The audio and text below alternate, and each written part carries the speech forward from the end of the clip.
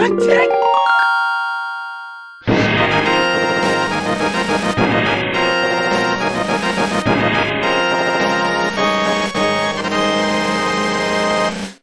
back to recreating The Legend of Zelda: A Link to the Past inside of Minecraft.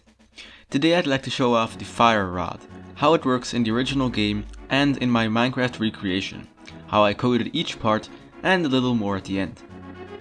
Before we start, however, I'd like to apologize for being vague in the last video. This was an announcement video, but some regarded it as blatant clickbait because I showed no gameplay except for the literal 7 screenshots in that video.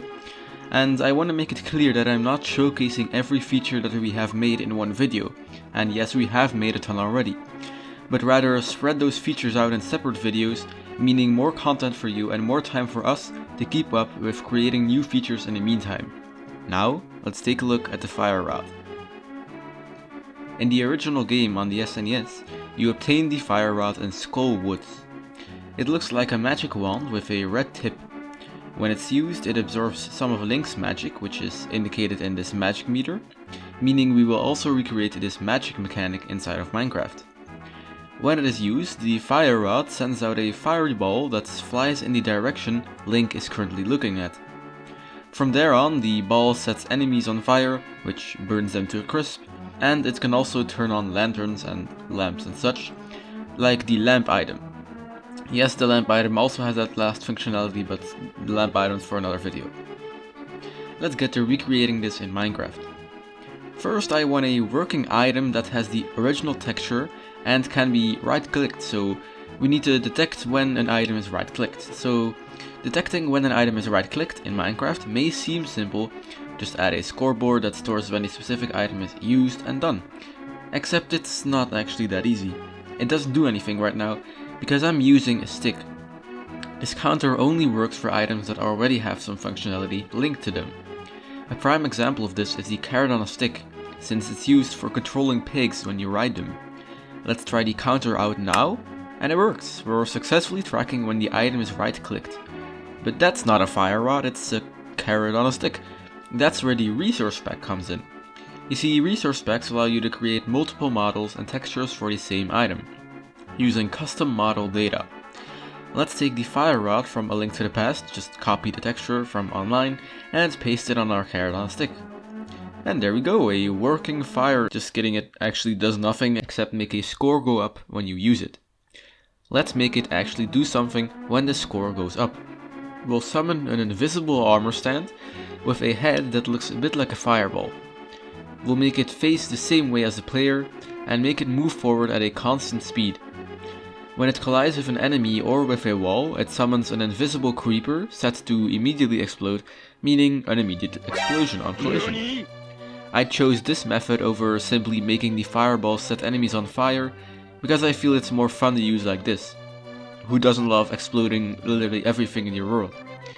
So now that that's done, what's left? Well, first of all, we do not want this explosion to destroy the world. Obviously, it's a map, it's an adventure map.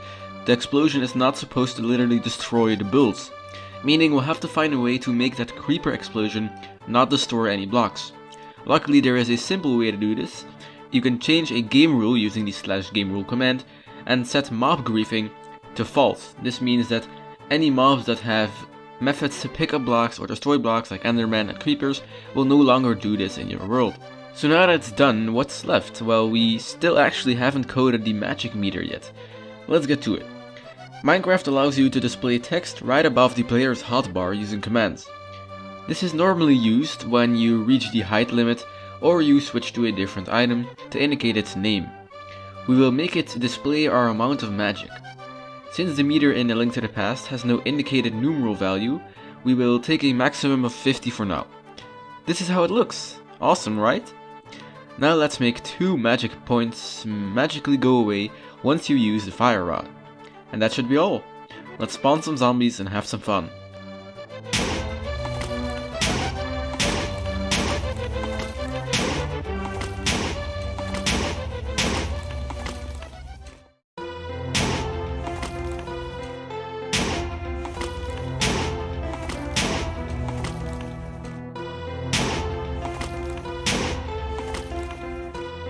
To make the item even more realistic, I've now added some sound effects, once again using the resource pack, some even taken directly from the original game. Let me know how you think they are.